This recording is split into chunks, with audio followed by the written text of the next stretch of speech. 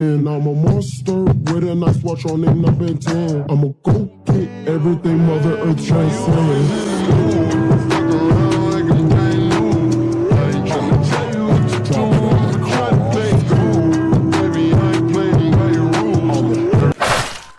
Assalamualaikum warahmatullahi wabarakatuh. Salam Pramuka.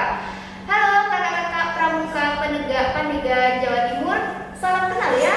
Kami dari Pramuka Mandua Probolinggo, Ambalan Kiai Haji Hashim Asy'ari, Siti Khadijah, Pangkalan Mandua Probolinggo. Sebelumnya kita kenalan dulu nih, karena ada istilah jika tak kenal maka tak sayang. Nama kakak sendiri Aprilia Anggraini Putri dari Desa Sukomulyo, Kecamatan Pajarakan. Di sini kita ada dua narasumber kita. Yang pertama adalah Kak Evi, yang kedua adalah Kak Nia. Silakan Kak, memperkenalkan. Assalamualaikum warahmatullahi wabarakatuh. Nama saya Kak Evi, alamat saya di Desa Kebun Kecamatan Keraksaan, Kabupaten Probolinggo. Profesi saya sebagai tenaga pengajar di SMP dan sekaligus saya membina putra di Ambalan Kiai Haji Hashim Asy'ari, Siti Khadijah, Mandua Probolinggo, Kabupaten Probolinggo. Terima kasih. Silakan Kak Nia. Halo, salam kenal. Perkenalkan, nama saya Siti Karunia, alamat Desa Bulang, Kecamatan Genting, Kabupaten Probolinggo. Di sini saya sebagai siswi Mandua Probolinggo dan sebagai narasumber kedua. Oke, udah pada kenalkan teman-teman di rumah dengan kedua narasumber kita hari ini. Di sini kita akan membahas tentang toga. Apa sih toga itu? Ada di Taman Obat Keluarga yang berfungsi sebagai penyedia obat sekaligus berupa taman berestetika yang memenuhi kriteria keindahan pekarangan.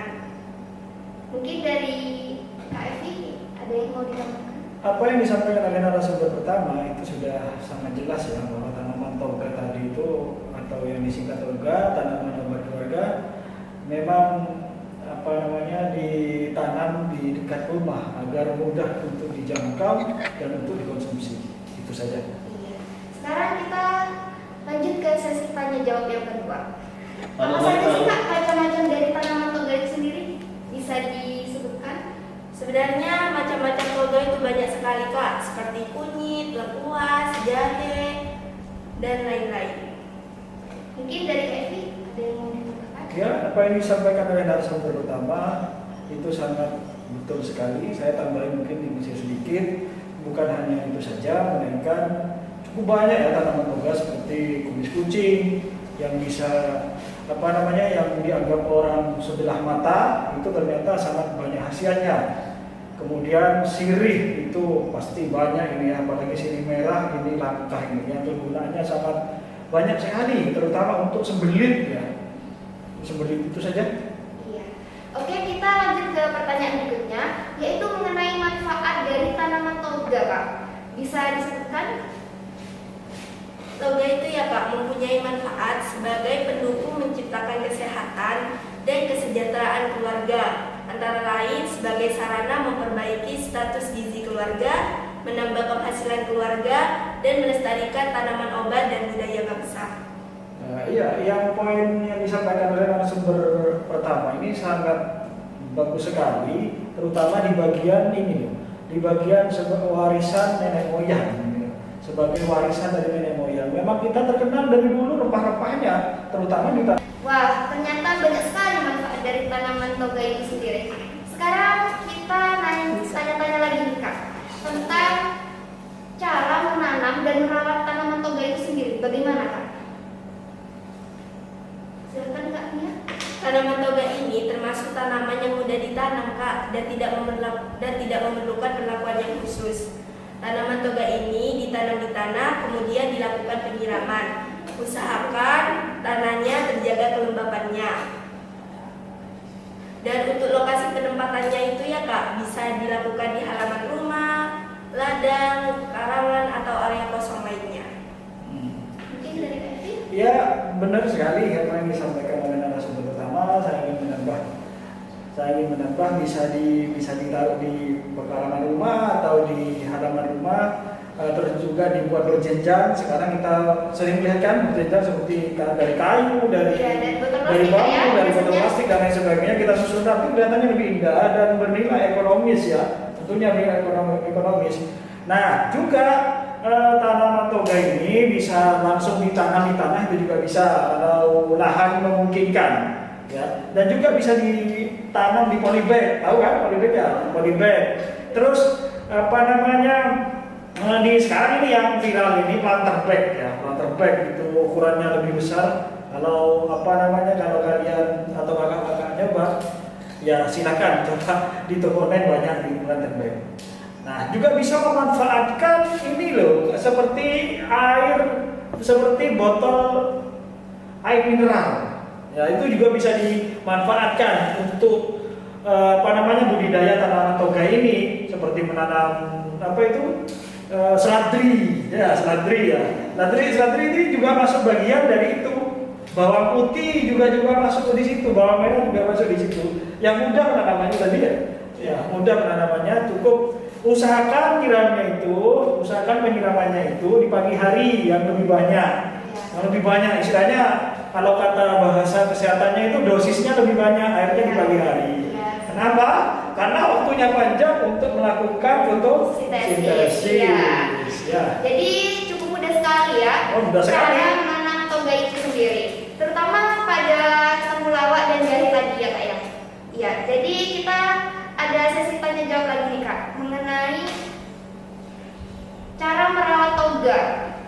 Kalau tadi kan cara menanam, sekarang cara merawat toga itu sendiri. Soalnya kan kita kan sebagai generasi milenial gitu kak ya, kan pastinya apalagi di era Pandemi ya. pandemi seperti sekarang ini gitu kan. Jadi yang lebih mudah gimana kak?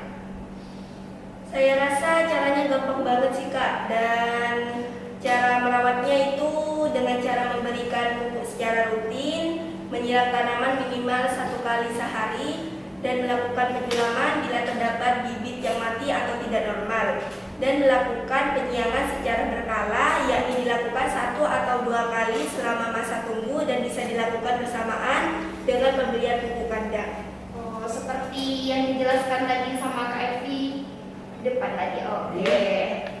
Oke, tambahan mungkin saya apresiasi, saya salut dengan jawaban narasumber pertama tadi. Nah, ini yang paling penting, pemupukan. Juga pemupukan. Kita bisa menggunakan dua cara. Yang pertama menggunakan organik dan juga menggunakan pupuk kimia.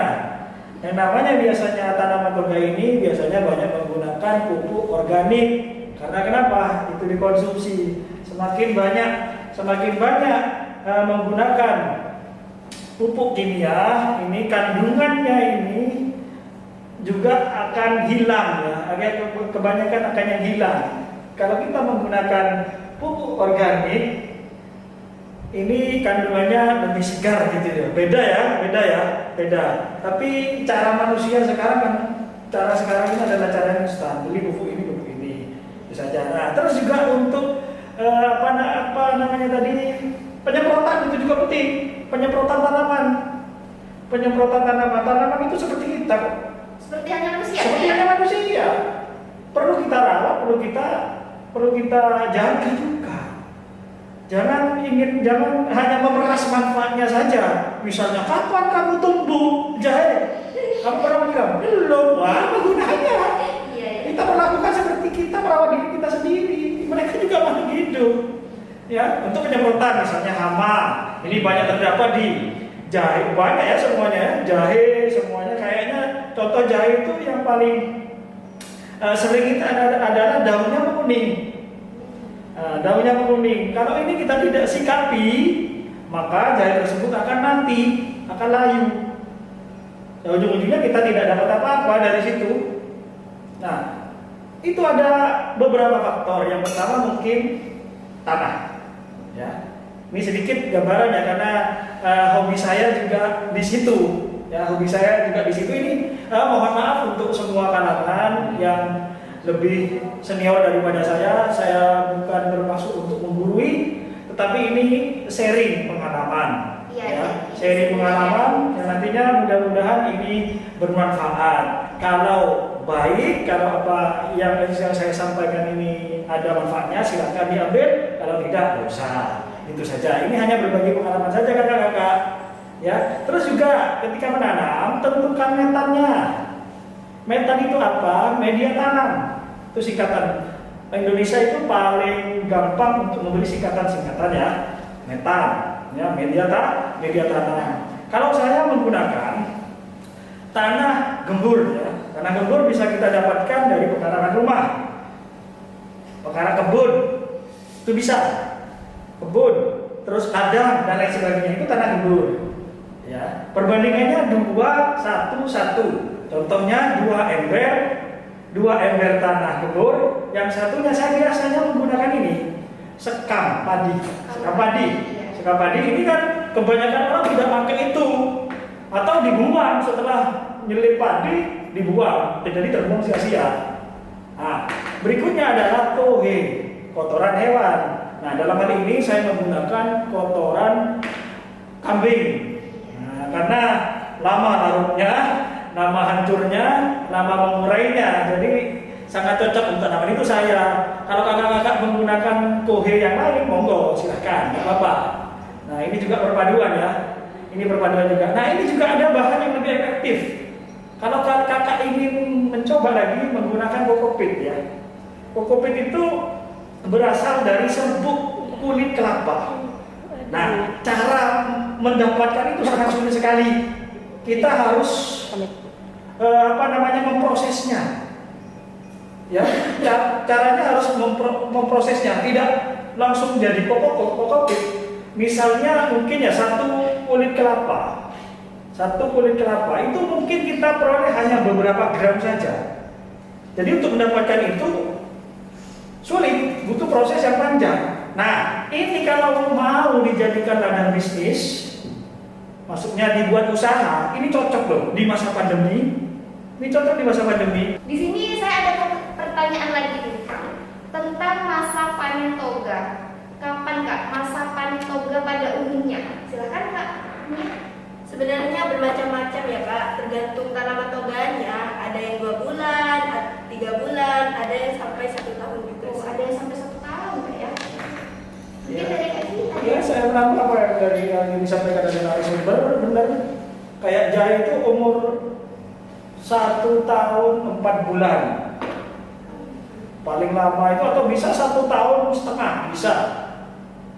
Ya, kalau jahe. Kemarin saya ada di rumah saya itu, yaitu saya nyoba kunyit. Kunyit itu lebih masanya lebih singkat. Hanya 6 bulan sudah bisa menghasilkan hasil yang bagus. 6 bulan. Beda kalau jahe ini lama. Ya, jahe ini lama. Nah, lebih singkat lagi yaitu seledri. Seledri itu bisa 35 hari. Paling banter 2 bulan ya. Ya itu.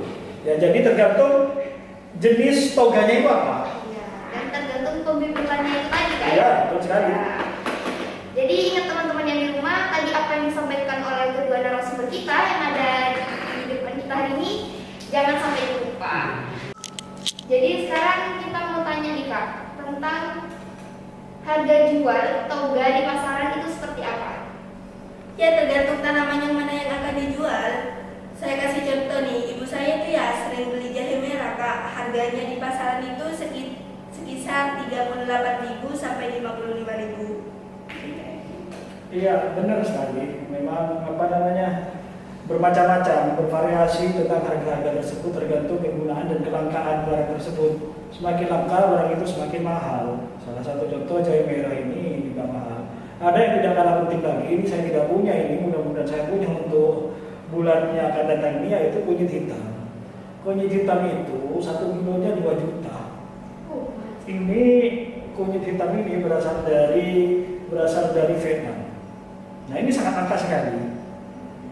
Teman-teman saya itu pernah mau menjual ke saya satu polybagnya itu 150. Polybag kecil itu. Yang mudah-mudahan saya kuat membelinya dan insya Allah saya membiarkan. Dan manfaatnya perlu diingat, manfaatnya sangat banyak sekali. Dan intinya menanam toga ini jangan dululah untuk memikirkan hasilnya, tapi juga cintai toga ini, cintai atau tanaman ini cintai seperti kita merawat atau mencintai diri kita sendiri. Semakin kita cinta dan senang, mereka akan memberikan manfaat juga bagi kita. Nah, kalau kita berbicara tentang itu atau dijadikan misalnya contoh jahe, pas kita akan bekerja dengan mengandalkan menanam jahe, kapan kita makannya? Oh, masa jahenya itu 1 tahun minimal. Kapan kita makan nasi? Nunggu 1 tahun berarti kita jual dulu baru kita makan nasi. Makanya ini sebagai pelengkap saja. Istilahnya apa ya? Kita itu menabung. Dalam hal ini kita menabung bukan dengan menggunakan uang, tetapi dengan cara menanam tadi. Ya, menabung tahun depan kita bongkar celengan tersebut. Ya tentunya kita jual. Begitu, kalau kita nanam pas langsung dijual tidak bisa. Intinya sayangi dulu toga tadi, tanaman tadi sayangi dulu, cintai dulu, jiwai dulu. Baru kan sudah cinta, tanaman ini akan memberikan bonus pada kita. Salah satunya adalah yang terpenting adalah kesehatan. Karena di masa sekarang itu kesehatan jauh lebih penting daripada mengejar uang atau ekonomi tadi. Nah, kesehatan apalagi di masa pandemi sekarang ini, kita sudah tahu semua banyak yang meninggal karena virus ini, dan mohonlah jaga prokesnya, jaga prokes. Ya tentunya dengan mengkonsumsi salah satunya dengan toga tadi, ada jahe, ada kunyit, ada temulawak dan lain sebagainya. Nah, ini adalah salah satu pencegahan. Ya, ada pepatah yang mengatakan mencegah lebih baik daripada mengobati. Dan ingat ini. Kembali lagi, jangan hanya terpaku atau terfokus kepada hasil. Ya, ingat. Atau saya menanam jahe hasilnya berapa? Jangan, cintai dulu. Ya, cintai dulu. Rawat dulu itu baru. Ya, ingat pesan saya, sehat itu mahal, dan sakit jauh lebih mahal. Itu saja. Terima kasih kepada kedua narasumber kita yang sudah mulai tadi dari awal memberikan penjelasan dan sangat-sangat bermanfaat sekali. Dan tidak terasa perbincangan kita hari ini sudah sampai akhir. Mulai dari awal sampai akhir tentang definisi toga, sampai barusan harga jual di pasaran. Jadi lupa waktu nih. Sekarang seru-serunya ngobrol bersama para narasumber kita hari ini. Dan mungkin ada yang mau disampaikan kepada para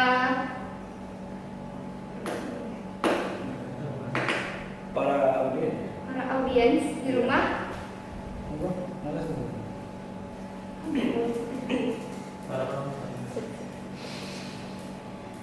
Baik, terima kasih sebelumnya. Gak kerasa ya udah selesai aja nih perbincangan seru hari ini.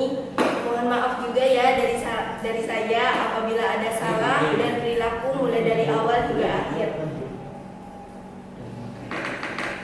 Oke, dari saya, pesan saya, ayo kita sama-sama menjaga warisan nenek moyang atau rempah, terutama di toga ini. Ayo kita lestarikan. Jangan sampai kita mengkonsumsi terlalu banyak obat. Sakit sedikit obat. Bisa-bisa lambung kita ini tidak kuat. Ya, ingat pesan saya, sehat itu mahal, sakit jauh lebih mahal. Terima kasih.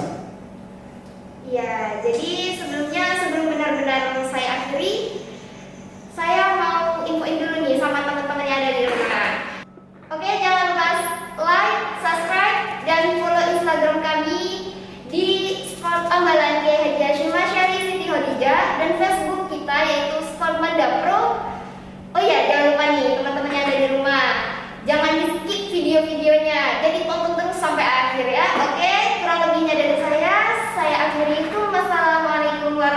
warahmatullahi wabarakatuh.